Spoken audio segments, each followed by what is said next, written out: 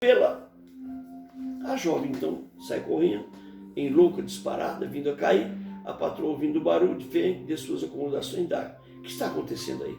Mas a jovem, refazendo logo, sai, cambaleando, abrindo a porta da entrada, desde os degraus, sai a calçada, olhando de um lado para o outro, pôde observar que a pedinte ainda estava às suas vistas, pelo que retorna disparada, conseguindo abordá-la e transmitir o recado de sua senhora.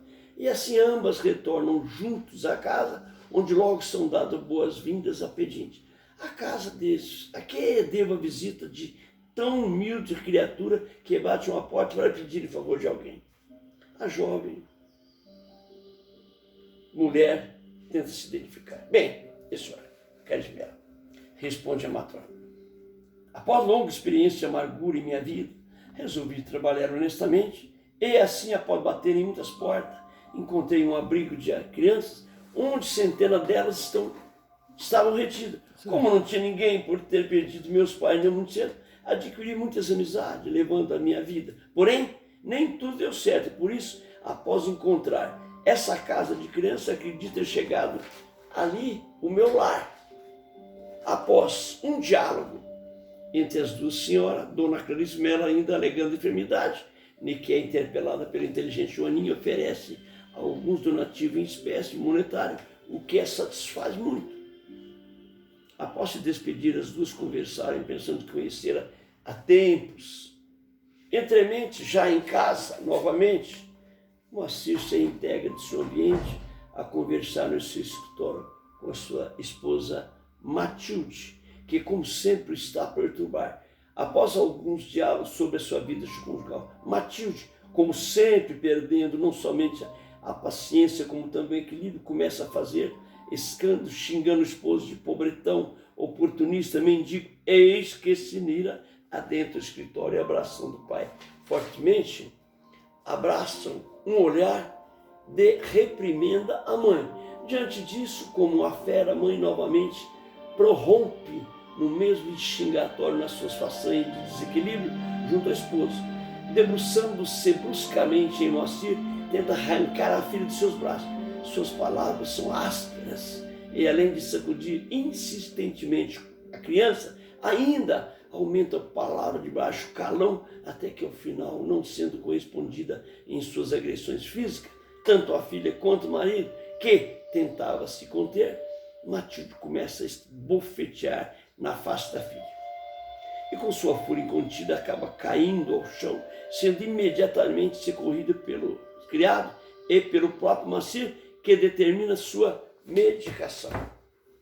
Procurando então dar uma maior atenção à filha traumatizada, Moacir sai para fora da casa, notando sob os olhares curiosos o tumulto que ocasionara em sua residência, o desequilíbrio total de sua esposa. O pai não deixou a filha por nenhum momento, sempre com as mãos pregadas nas dela. A criança, quase num choro inconvulsivo, procurava receber as palavras de carinho do pai, num amparo para o seu desequilíbrio. Após longo diálogo entre pai e filho, ficara delineada que a mãe e a esposa não se encontravam mais em seu perfeito equilíbrio mental, agravado, pois, pelo cigarro, pelo álcool. Porém, assentaram que ambos jamais falariam sobre tal conversação. E no ocorrer desse diálogo, Sinira que pede escusa ao pai e num jeitinho todo delicado, quem procura ganhar ainda mais a confiança paterna, pergunta: papai, desculpe, mas gostaria de falar sobre um assunto que não me sai da mente.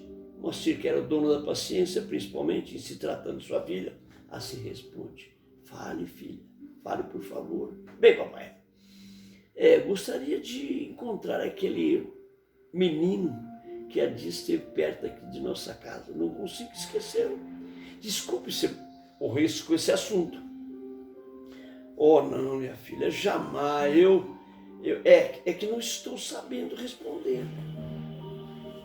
Após pensar um pouco mais, responde: espera, teria que já sei onde poderíamos obter maiores informações. Abraçando novamente a filha, Moacir solicita que ela vai se aprontar um pouco no quintal com a sua ama. Moacir sairia deixando que Matilde fosse medicada por terceiro, vendo que ela já se encontrava em seu quarto, sob o efeito de analgésico, percebeu que aquela seria uma ótima oportunidade para continuar a busca do menino. Pediu, então, que providenciasse alguma condição para que pudesse se locomover até outras partes da cidade, e assim se fez, despedindo ele de Sinira, deixando alguns avisos para a criadagem. Para longe dali se deslocou Moacir em busca de alguma coisa que orientasse o encontro de pistas para a localização de algum albergue, casa de correção de menores ou coisa similar. Encontrou alguns conhecidos pela estrada e em uma dessas paragens o senhor informou-lhe que na realidade existia dali distante algumas milhas um centro de correção e amparo ao menor desequilibrado, carente em família, mas que deveria ser autorizado por autoridade de alto gabarito para que não houvesse nenhum comprometimento com os visitantes. Viu Moacir que tudo melhor se clareava num piscar de olhos. Agora, percebendo que tudo parecia adquirir uma base mais concreta na procura do menino, retornou à sua casa procurando rapidamente encontrar-se com a filha. Com grande admiração, não se avista com a filha. Sempre que algo ocorreu com ela, mas logo é acalmado pelos funcionários que, após uma rápida explicação, justificaram a saída da filha para outro local, que é até que o pai chegasse. Conformado com a explicação, pediu que a trouxessem imediatamente para conversar. A filha, ao ver o pai, sai correndo descuidado de sua mãe, sua ama, e lança direto aos braços dele. A pretexto de uma série de conversas, logo que afasta os dois, começando um diálogo do Moacir, contou-lhe o resultado das novas pesquisas. Pai e filha se abraçam cada vez mais, como se algo de tanta importância estivesse por acontecer. E eles se afinam de tal forma que, se pudessem, não mais se largariam. Entre risos e choros de alegria, esperança mal podiam esperar o momento de recomeçar novamente a busca do menino. Aquele dia fora de fatal para todos. Moacir, aguardando o momento de sair novamente, via Sinira também com grande expectativa de encontrar o menino, um tanto inquieta. A esposa, em seu leito de repouso, também aguardava a visita do marido, que não vinha. Alertada pelos enfermeiros, fora recomendada que não se desequilibrasse mais e nem tentasse qualquer outra expressão para não piorar a sua saúde. Outro dia, antes de verificar o local onde foi conformada da possível localização dessa casa, ela vai visitar sua mãe. E ao chegar até junto à sua filha Sinira, a mãe e a avó quase que estoura de felicidade, porque agora sim a euforia se fazia completa naquela casa.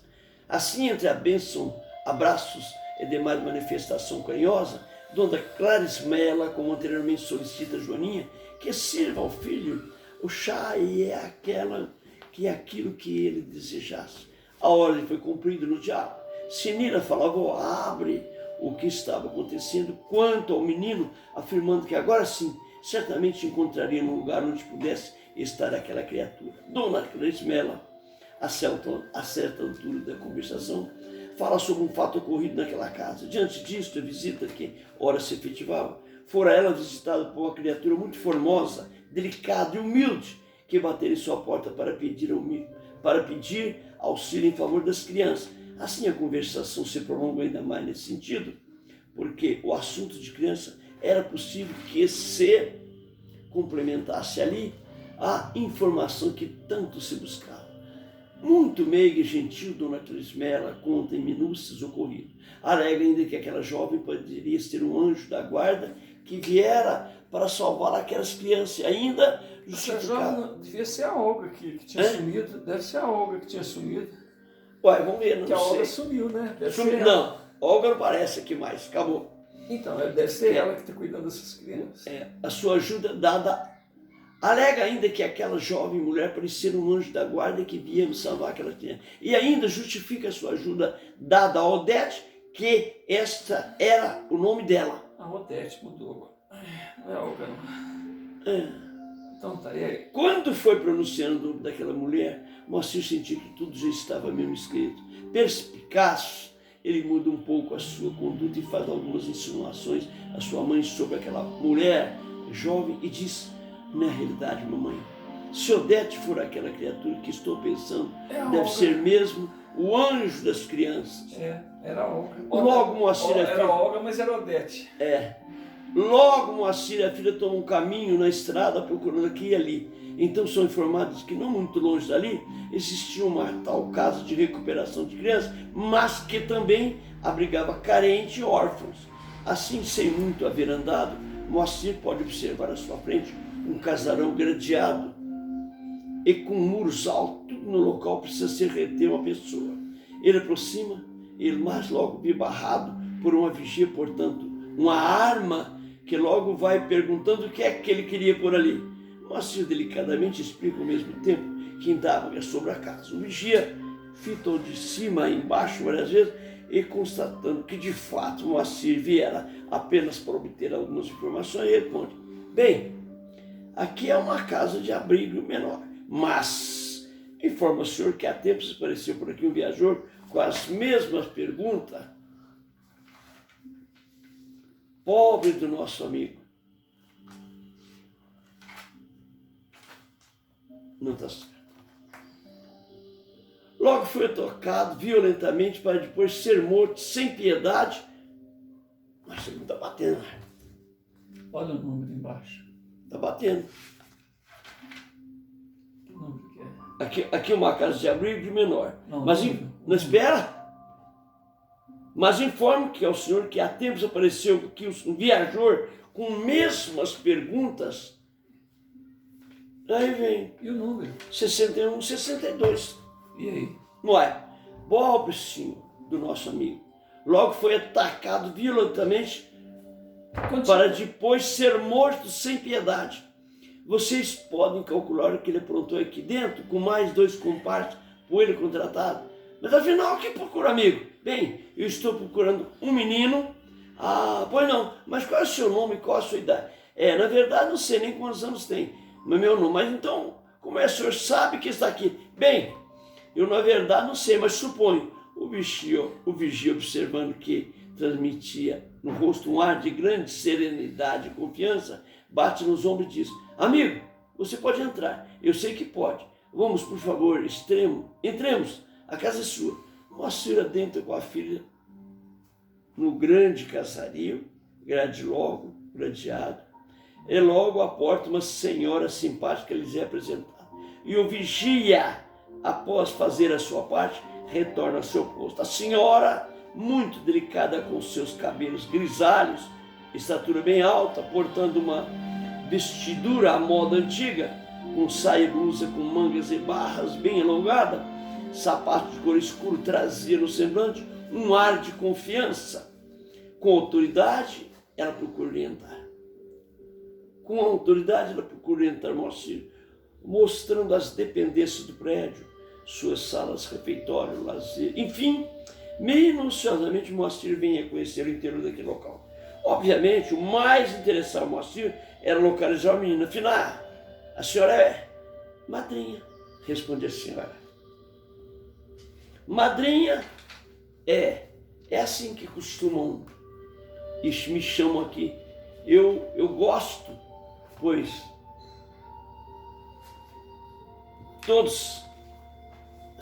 todos meus afilhados, enquanto aqui permanece, mas nenhum conclui a madrinha, adentrando um grande salão ainda visitado.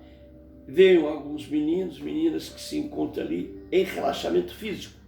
Moacir agora sentia-se mais confortável e, afinal, ele não sabia o certo, não conhecia bem quem. Olhando para um lado fixo, confiante, estava esperançoso de que, um momento para o outro, encontraria. O quê? Quem? Afinal, ele não sabia, mas não conhecia bem, era apenas intuição. Filha, olha, veja que beleza de menino. Olha para a filha com o objetivo de receber uma resposta. Moacir conclui: então, minha filha, o que acha você? A menina, também acompanhada com os olhos do movimento do pai, procurava insistentemente localizar o garoto. Afinal, são repassados, procurando dia a dia cada rosto, identificar aquele que era aguardado por ambos. O tempo passara e nada. Nenhum garoto que pudesse satisfazer aquela procura insaciável. O pai, olhando para a filha e para a governanta, sentia quase que uma formada decepção. Ali não se encontrava o garoto, ali não estava aquela criatura que era motivo daquela causa e daquela experiência. Afinal, a governanta, após um longo período e atenção de Moacir e Cinília, percebe que ambos se encontram mesmo decepcionados bastante com aquela música. O café lhes era servido com uma pequena porção de morangos. O bate-papo segue informal e, ao retorno da saída de Moacir, sua filha se distancia dele e da governanta, procurando subir em algumas cadeiras, o que absolutamente não era viável nem informal.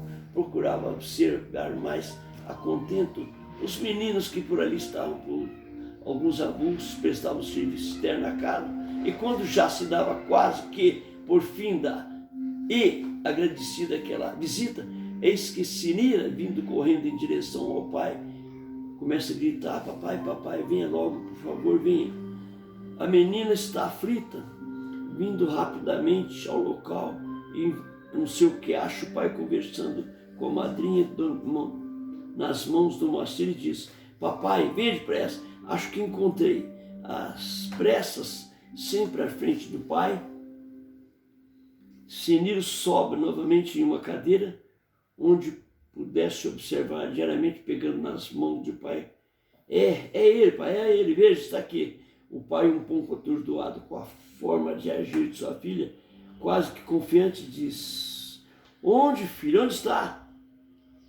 Procurando olhar para a abertura da ventilação, encontra um vitrô de porte pequeno. O pai consegue finalmente localizar o garoto. Enfim, tudo parecia ter resolvido ou começado a ultimar naquele momento.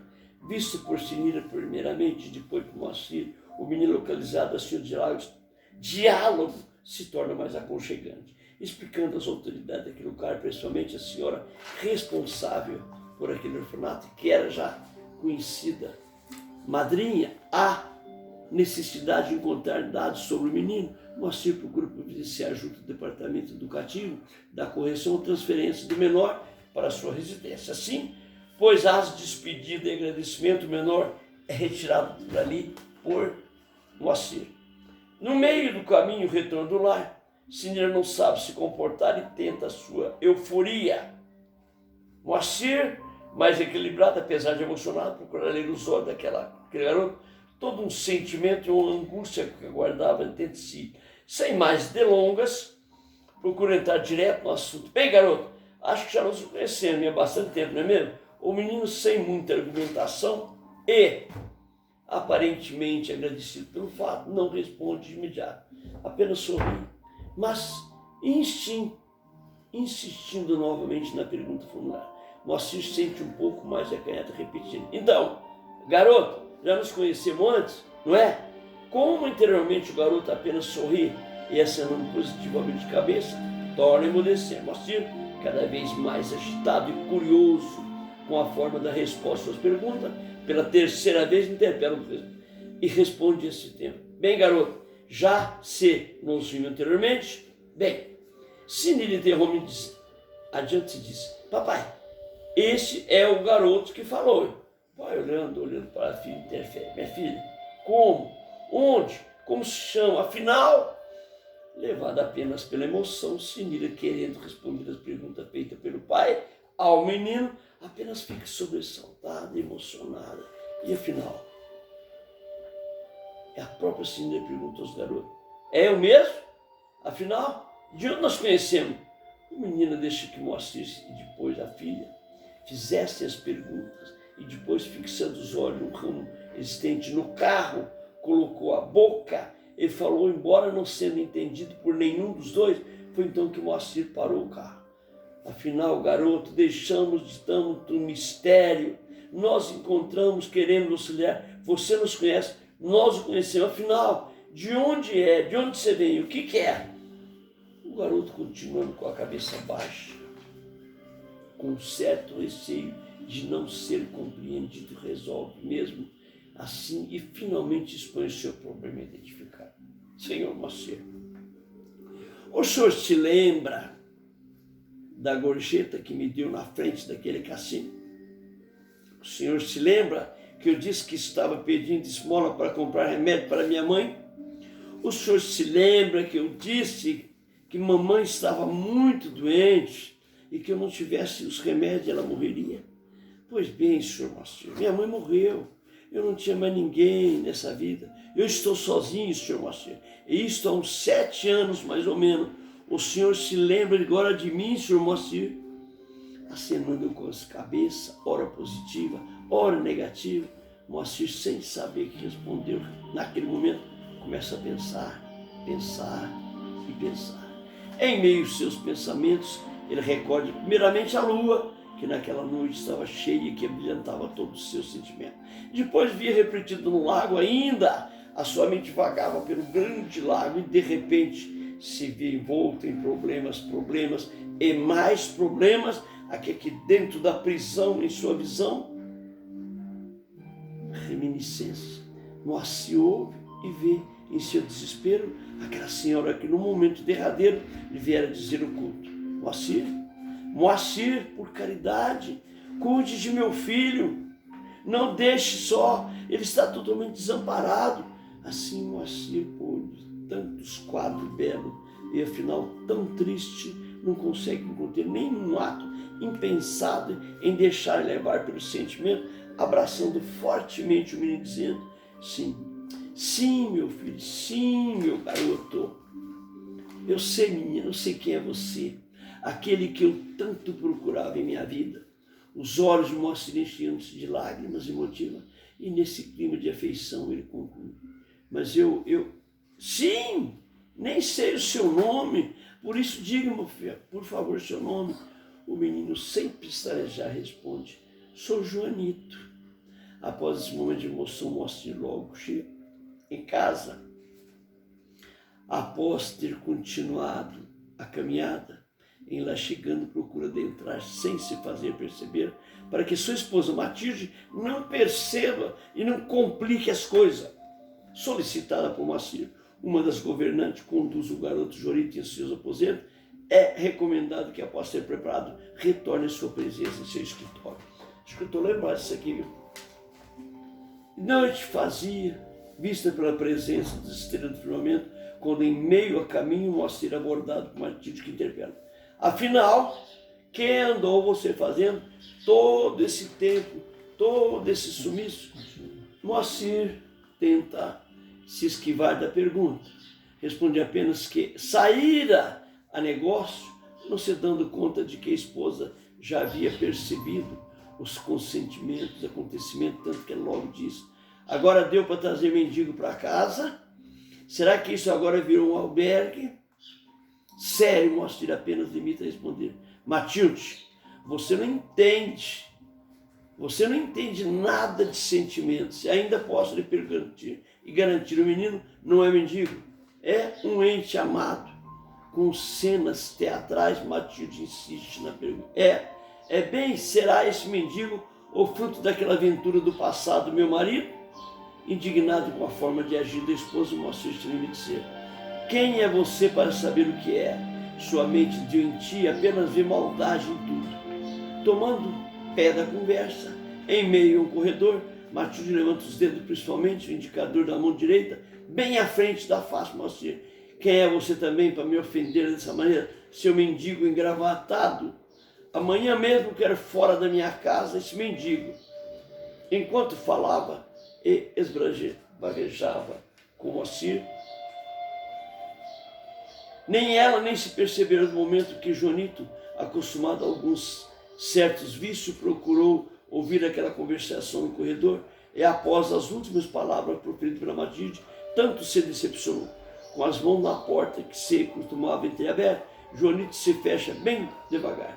Sozinho no quarto, começa a observar toda aquela beleza existente naquele lugar. A casa, o guarda-roupa, o criado mudo, os espelhos, tapete, outros ornamentos, mas impressionava o garoto. No princípio tudo era beleza para o Joanito, mas a partir daquela conversa que acabara de ouvir, Joanito acomoda-se triste na cama e começa a pensar: ai, se eu tivesse aqui a minha mãezinha, oh meu Deus, e agora, o que será de mim?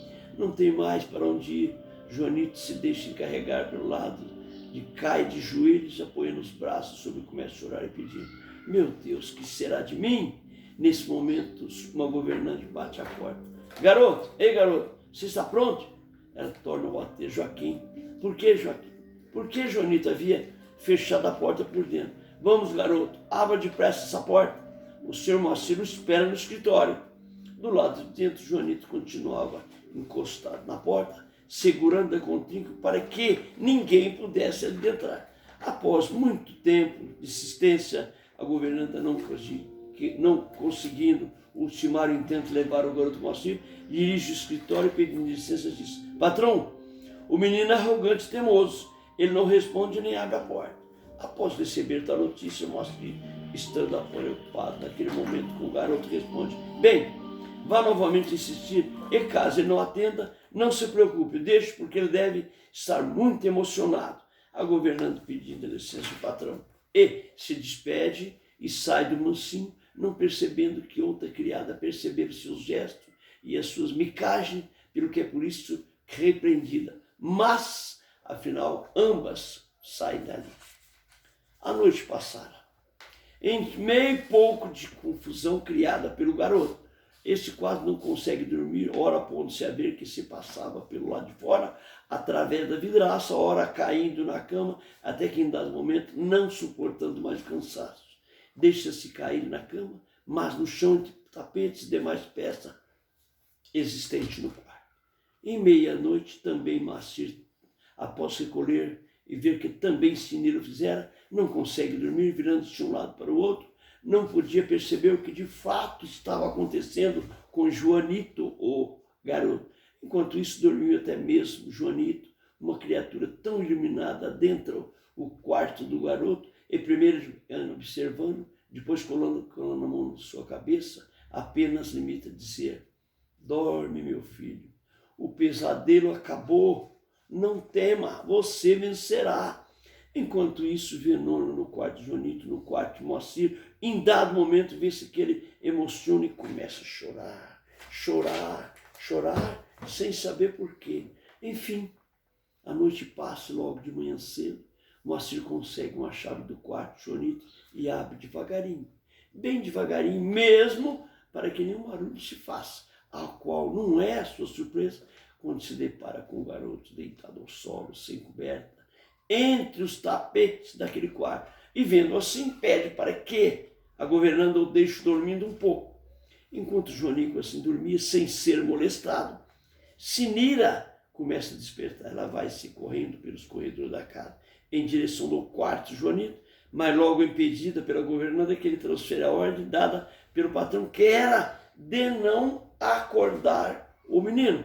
Todavia, de nada valeu a intervenção da governanta. Logo que ela sai, Sinira disse ao quarto, logo ela sai. Sinira disse ao quarto do garoto que entreabre e aperta a porta, um pouco desconfiado e meio sem graça. Logo ele é descontraído por Sinira, que, tomando a liberdade de entrar em seu quarto, vai logo puxando o assunto qualquer, mexendo aquilo e mostrando a Joanito que tudo era fácil, tudo era legal, sua expressão que não precisava de acanhar com nada. Alguns minutos mais e tornaram-se mais amigos.